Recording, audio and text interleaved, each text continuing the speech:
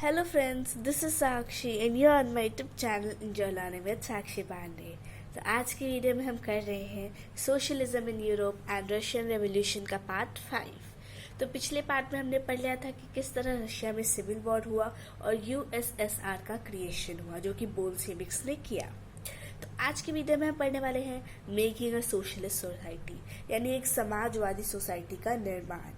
During the Civil War, the Bolsheviks kept industries and banks nationalized। यानी अभी हमने पढ़ा कि जब सिविल वॉर हुआ था तो जो बोल्शेविक्स थे उन्होंने इंडस्ट्रीज और बैंक्स को नेशनलाइज कर दिया। They permitted peasants to cultivate the captured land to sow collective work। यानी उन्होंने peasants को परमिट कर दिया, यानी उनको परमिशन दे दी कि वो अपना कैप्चर लैंड को कल्टीवेट करने के लिए कलेक्टिव वर्क शो कर सकते हैं। Centralised planning was introduce with the introduction of 5 year plans. यानी एकदम अच्छी सी प्लानिंग बनी थी 5 ईयर प्लान्स के साथ। The government fix all prices to promote industrial growth during the first 2 plans. यानी शुरू के जो 2 प्लान्स थे 5 ईयर प्लान्स, उनमें जो कि 2 प्लान्स थे 1927 से 1932 और 1933 से 1938। तो इन 2 प्लान्स में गवर्नमेंट ने सोचा कि इन 2 प्लान्स के दौरान सिर्फ हम इंडस्ट्रियल ग्रोथ की तरफ ध्यान देंगे। Centralise planning led to economic growth. अब अच्छी प्लानिंग होगी तो अच्छी सक्सेस मिलेगी, तो उनकी भी प्लानिंग सेंट्रलाइज थी, इसी वजह से इकोनॉमिक ग्रोथ भी बढ़ गई। New factory cities came into being, यानी नई नई फैक्ट्री सिटीज बनने लगी। Industrial production increase between 1929 and 1933। यानी जो प्रोडक्शन था वो 1929 और 1933 के बीच बहुत ज़्यादा बढ़ गया। ऑयल के फील्ड में, कोल के फील्ड में और स्टील के फील्ड में ये इंक्रीमेंट 100% का था। आगे देखते हैं। Now let's see status of workers, यानी जो वर्कर्स काम कर रहे थे फैक्ट्रीज में उनका क्या स्टेटस था। Rapid construction led to poor working conditions for workers. यानी कंस्ट्रक्शन तो बहुत रैपिड यानी जल्दी जल्दी हो रहा था, इसी वजह से वर्कर्स की जो कंडीशंस थी वो बहुत ज़्यादा पुअर होती जा रही थी। In Magnitogorsk a steel plant was constructed in 3 years। यानी एक जगह का नाम दिया गया है मैग्नीटोग्रोस्ट, तो यहाँ पे एक स्टील प्लांट बना था 3 साल में। Workers did not have even basic facilities of toilet, health care, etc। यानी जो उनके पास जो बेसिक फैसिलिटीज़ है वो भी उनके पास नहीं थी। Measures taken to improve status of workers were, यानी कौन कौन से मीजर्स हुए वर्कर्स के स्टेटस को इम्प्रूव करने के लिए। An extended schooling system developed and arrangement were made for factory workers and peasants to enter universities। यानी एक बहुत ही अच्छी स्कूलिंग सिस्टम डेवलप की गई और बहुत ही अच्छी अरेंजमेंट भी की गई ताकि फैक्ट्री वर्कर्स और पीजेंट्स भी यूनिवर्सिटी जा सकें। Creches were stabilised in factories for the children of human workers. यानी मतलब दिन भर संभालने के लिए बच्चों को हम जैसे कहीं छोड़ देते हैं पड़ोसियों के घर या कहीं ऐसे ही किसी जगह पे, तो ठीक उसी तरह क्रेचेस बनाए गए ताकि जो वुमेन वर्कर्स है वो अपने बच्चे को भी फैक्ट्री पे साथ ला सके। Cheap public health care was provided and model living quarters were made for workers. यानी पब्लिक हेल्थ केयर भी उन्हें दिया गया और साथ ही साथ उन्हें एक लिविंग क्वार्टर्स भी दिए गए। However, the effect of all these measures was uneven। यानी जो भी हो इन सारे जो मीजर्स का इफेक्ट था वो अनइवन था, because government resources way limited, क्योंकि रिसोर्सेज जो थे वो लिमिटेड थे। अब हम आते हैं अपने नेक्स्ट टॉपिक, यानी स्टैलिनिज्म and कलेक्टिविजेशन। Planned economy of Soviet Russia brought with it some disasters, and one such disaster was collectivization of agriculture। यानी इकोनॉमी तो प्लान थी सोवियत रशिया की, पर कुछ डिजास्टर्स भी इसकी वजह से आए। उनमें से एक डिजास्टर है एग्रीकल्चर का कलेक्टिविजाइजेशन। Joseph Stalin became the leader of the Soviet Communist Party after the death of Lenin in January 1924। यानी जोसेफ स्टालिन जो थे वो सोवियत कम्युनिस्ट के लीडर बने after the death of Lenin. ठीक है, उसके पहले लेनिन थे, उसके बाद बन गए जोसेफ स्टालिन इन जनवरी 1924।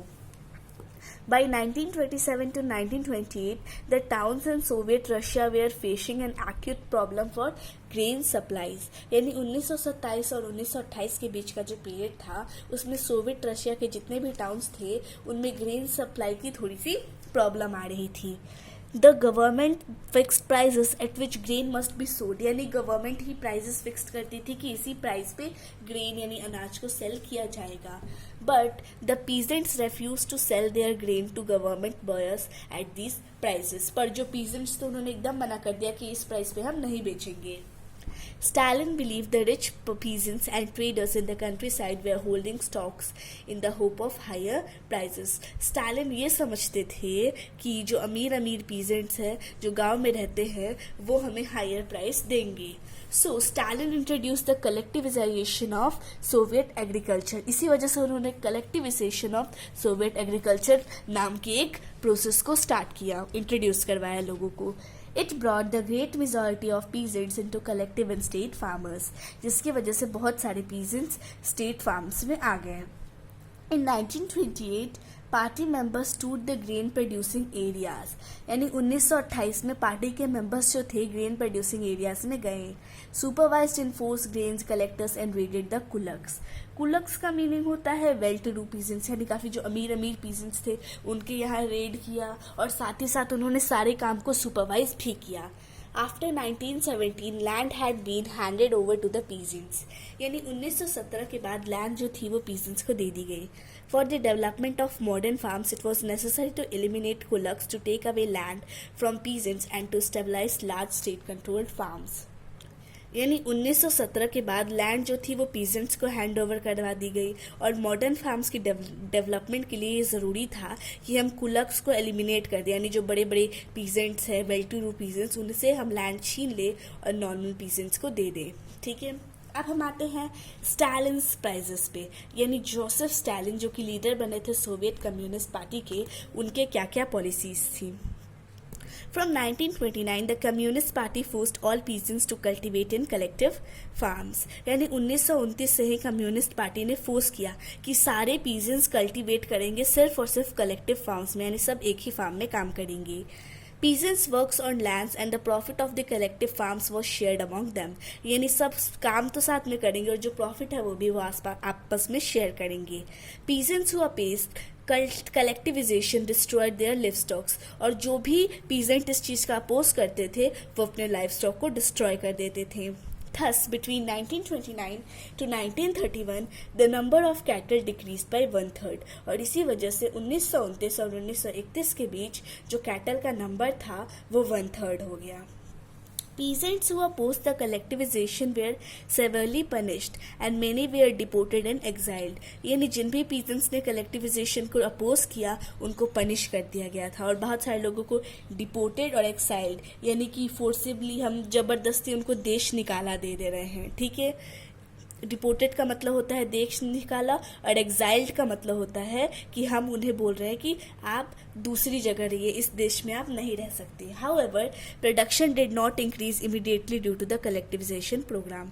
और पर जो भी हुआ, प्रोडक्शन जो हुआ इस कलेक्टिविजेशन प्रोग्राम के बाद इंक्रीज नहीं हुआ. The bad harvest of 1930 to 1933 led to one of the most devastating famines in Soviet history. यानी जो खराब फसल हुई थी 1930 और 1933 के बीच में, जिसकी वजह से सोवियत हिस्ट्री में सबसे बुरे दिन आ गए, जिसमें 4 मिलियन लोग भूखमरी की वजह से मर गए. क्योंकि अगर अच्छी फसल नहीं होगी तो लोगों को खाना नहीं मिलेगा और खाना नहीं मिलेगा तो they will die due to starvation. Many within the party criticized the confusion in industrial production under the planned economy and the consequences of collectivization. यानी बहुत सारे लोग, पार्टी के लोगों ने क्रिटिसाइज किया ये सबको. Stalin and his sympathizers charged these critics and with conspiracy against socialism. Many were forced to make false confessions. They faced torture and executions. यानी स्टालिन और जो भी उसकी सिंपैथी, यानी जो भी उससे सिंपैथी दिखा रहे थे, उन सब ने उन सबको मतलब बहुत उन सब के साथ बहुत बुरा सलूक किया जो भी उनके खिलाफ चाह रहा था. उन्होंने एग्जीक्यूट किया, उन्हें टॉर्चर किया. तो वो टॉपिक भी ख़त्म हो गया है. अब हम आते हैं अपने लास्ट टॉपिक, यानी कि global influence of Russian revolution and the USSR. यानी जो रशियन रेवोल्यूशन हुआ इसके पूरे अर्थ पे क्या इन्फ्लुएंस पड़े. Although Bolsheviks were criticized the way they worked, still they were popular across the world. हम सब तो जानते हैं कि बोल्शेविक्स जिस तरीके से काम करते थे लोग उसको क्रिटिसाइज करते थे, पर फिर भी ये पूरे वर्ल्ड में बहुत ज़्यादा फेमस थे. Communist parties began to be formed around the world like communist party of great Britain. यानी जैसी पार्टी ग्रेट ब्रिटेन में थी वैसी ही कम्युनिस्ट पार्टी पूरे वर्ल्ड में बनने लगी आज़ादी के लिए। The Bolsheviks encouraged colonial people to follow their ideas। यानी बोल्शेविक्स जो थे वो सब उन गुलाम लोगों को कहते थे कि आप हमारे आइडियाज़ अपनाइए फिर आप भी हमारी तरह आज़ाद हो जाएंगे। Many non-Russian participated in the Conference of the People of the East। यानी बहुत सारे लोग जो कि रशिया के नहीं थे उन लोगों ने भी इस कॉन्फ्रेंस में हिस्सा लिया। The Bolshevik founded Comintern and International Union of Pro Bolshevik Socialist Party. यानी उन्होंने एक कॉन्फ्रेंस भी रखी थी, ठीक है। Some non-Russians received education in the USSR Communist University of the Workers of the East। यानी कुछ लोग जो रशिया के नहीं थे उन्होंने भी USSR के कम्युनिस्ट यूनिवर्सिटी में education pi. By the time of Second World War, socialism received a global presence and admiration। यानी सेकेंड वर्ल्ड वॉर यानी 1939 तक सोशलिज्म जो था वो पूरे ग्लोब में बहुत ही ज़्यादा एडमायर करने लगा। By the end of the 20th century, the international reputation of the USSR as a socialist country had declined। यानी 20th सेंचुरी के अंत तक जो इंटरनेशनल रेपुटेशन थी यूएसएसआर की एक सोशलिस्ट कंट्री के रूप में वो खत्म हो चुकी थी। USSR became a great power with developed industries and agriculture, but basic freedom for its people was absent। यानी 20th सेंचुरी तक वो एक ऐसा देश बन गया जो कि बहुत ही ज़्यादा उसके पास पावर थी, इंडस्ट्रीज थी डेवलप्ड, एग्रीकल्चर डेवलप्ड था, पर जो लोगों की बेसिक फ्रीडम थी वो नहीं थी उनके पास। In each country socialist ideas were rethought in a variety of different veg.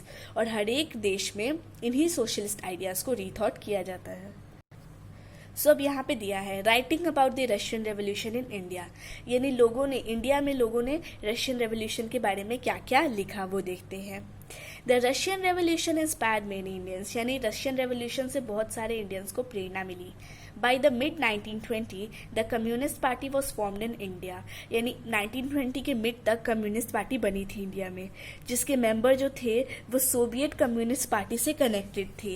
Important Indian political and cultural figures took an interest in the Soviet experiment invested Russia. जो बहुत ही ज़्यादा एक्टिव सिटीजन्स थे जैसे कि जो कि पॉलिटिकल और central figures में बहुत ज़्यादा इंटरेस्ट शो करते थे वो सब रशिया विजिट किया ताकि देख सके कि किस तरह उन्हें डेवलपमेंट मिली। Among them prominent ones were Jawaharlal Nehru, और उन्हीं में से एक थे जवाहरलाल नेहरू और रविंद्रनाथ टैगोर जिन्होंने सोवियत सोशलिज्म के बारे में लिखा। In India writings gave impressions of Soviet Russia. India में बहुत सारी राइटिंग्स हुई हैं सोवियत रशिया के बारे में। In Hindi R S. Awasthi wrote Russian revolution in 1920 to 1921। यानी हिंदी भाषा में आर.एस. अवस्थी जो कि एक राइटर थे उन्होंने रशियन रेवोल्यूशन नाम की एक किताब लिखी है। Lenin his life and his thoughts and the red revolution नाम की भी एक बुक लिखी गई है। S D. Viliyankar wrote the rebirth of Russia. S D. Viliyankar जो थे उन्होंने भी एक बुक लिखी थी जिसका नाम है द रीबर्थ ऑफ रशिया, और साथ ही साथ उन्होंने एक और बुक लिखी थी जिसका नाम था the Soviet state of Russia. The writings were much written in Bengali, Marathi, Malayalam, Tamil and Telugu. और इससे कई ज़्यादा राइटिंग्स लिखी गई है इन सब भाषाओं में, बंगाली, मराठी, मलयालम, तमिल और तेलुगु। अब हम ज़रा इंपॉर्टेंट डेट्स को देख लेते हैं। सबसे पहली डेट है 1850 से 1880। तो ये तब था जब रशिया में सोशलिज्म के ऊपर बहुत सारे डिबेट्स हो रहे थे। फिर 1898, इस वक्त में रशिया में सोशलिस्ट डेमोक्रेटिक वर्कर्स पार्टी का फॉर्मेशन हुआ था। फिर 1904 और 1905 के बीच में रशिया और जापान का वॉर हुआ था जिसमें रशिया हार जाता है। 22 जनवरी 1905 ये वो दिन था जब ब्लडी संडे का हादसा हुआ था, यानी 1905 का रेवोल्यूशन स्टार्ट होता है। फिर 22 से 27 फरवरी के बीच फेब्रुअरी रेवोल्यूशन हुआ था 1917 में। फिर 2 मार्च 1917 को सार ने एब्डिकेट कर दिया था। फिर 3 अप्रैल 1917 को लेनिन जो थे वो वापस रशिया आ गए। 4 अप्रैल 1917 को लेनिन ने अपनी अप्रैल थीसिस को डिक्लेयर किया। फिर 24 अक्टूबर 1917 को बोल्शेविक जो थे वो पेट्रोग्राड में अपराइज होने लगे। 3 मार्च 1918 को रशिया ने फर्स्ट वर्ल्ड वॉर से विथड्रॉ कर लिया और इसी वजह से फर्स्ट वर्ल्ड वॉर खत्म हो गया। फिर 1918 से 1920 के बीच में रशिया में सिविल वॉर हुआ। 1919 में फॉर्मेशन ऑफ कोइंट्रेन और 1929 में बिगिनिंग ऑफ कलेक्टिविजेशन इन फार्मा, यानी फार्मा में कलेक्टिविजेशन की प्रोसेस शुरू हो गई। तो ये थी हमारी आज की वीडियो। आज की वीडियो आपको कैसी लगी कमेंट करके बताइएगा, और हाँ, कमेंट में ये भी बताइएगा कि आपको अगली वीडियो किस टॉपिक पे चाहिए। Bye bye.